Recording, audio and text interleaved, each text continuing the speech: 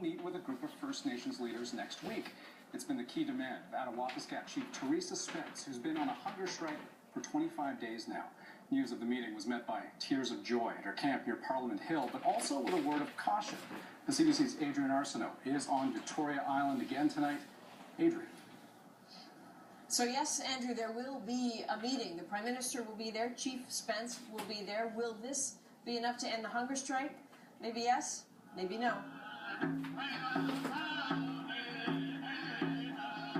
The day dawned differently on Victoria Island. A little expectation in the air. And it didn't take long to see why. On January 11th, it will focus on two areas. The Prime Minister's press release, a commitment to meet on the 11th. The reaction, visceral. You're the happiest I've seen you in a couple of days. You might be able to go home. Maybe. We'll see. That's pretty cool, man. Clearly a sense for some that they had won something. Far from the giddy camp and just outside Toronto, those who maybe hadn't heard the news or weren't satisfied. Blocking the road near the auto plant, Prime Minister Stephen Harper wanted to talk jobs. He couldn't avoid questions about the meeting with First Nations leaders, but he did avoid acknowledging Chief Spence and the pressure from protesters. I met with the National Chief at Leo in November about setting up future meetings to follow progress and to ensure we're making more progress on all of the items. And so we're following up on that. A meeting as if it's any other. From the Prime Minister's perspective, that may be so, but these are not typical days. There's the whiff of momentum. And back at the camp, it's clear this day represents a crossroads. Raymond Robinson from Manitoba has been on a hunger strike for 23 days, and he was thrilled today, happy, yet he says he's not ending his hunger strike. We are meeting right now, but are we solving anything? No. The day we start discussing my needs, then we're getting somewhere. And then there's Chief Spence, greeted today and speaking today, like a conquering hero. I'm just really overjoyed, appearing victorious, but she too is keeping up her hunger strike. In fact, she says she'll keep going until the meeting and perhaps beyond. So what exactly do she and the others want to happen now? Here's where it gets murky. We need to rebuild that nation-to-nation relationship. And everything's all encompassing there, and I can't address everything at this point.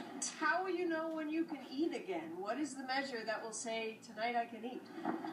We'll report on when the day comes. Yeah.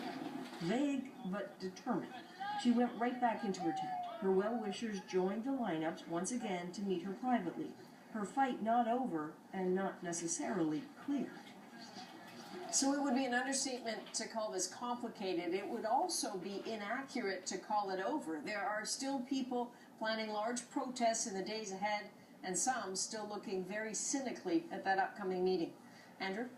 Thanks, Adrian. So a sense of cautious victory for Chief Spence and her supporters. But what about within Idle No More? Some members of the grassroots movement have spoken out against the AFN leadership. So what does the upcoming meeting with the Prime Minister mean for their plans? Cameron McIntosh has that part of the story for us. Cam.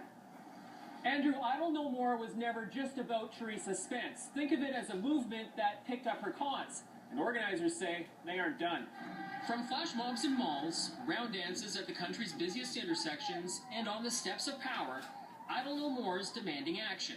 Today, organizers say they're getting it. So really, this is an excellent starting point, and for me, I view this as a victory for the movement, but we can't stop here. Idle No More started out as a Twitter hashtag, an expression of First Nations frustrated with a government they view as colonial, and the inability of Native leaders to do much about it. It was set off this fall by Bill C-45, legislation many say infringes on treaty rights. What Idle No More was looking for was to be able to feel like a sincere dialogue was beginning between First Nations and essentially the Crown. So a January 11th meeting is set, but with no leader, no official spokesperson, Idle has no one to express its very broad views about a new relationship between Ottawa and First Nations.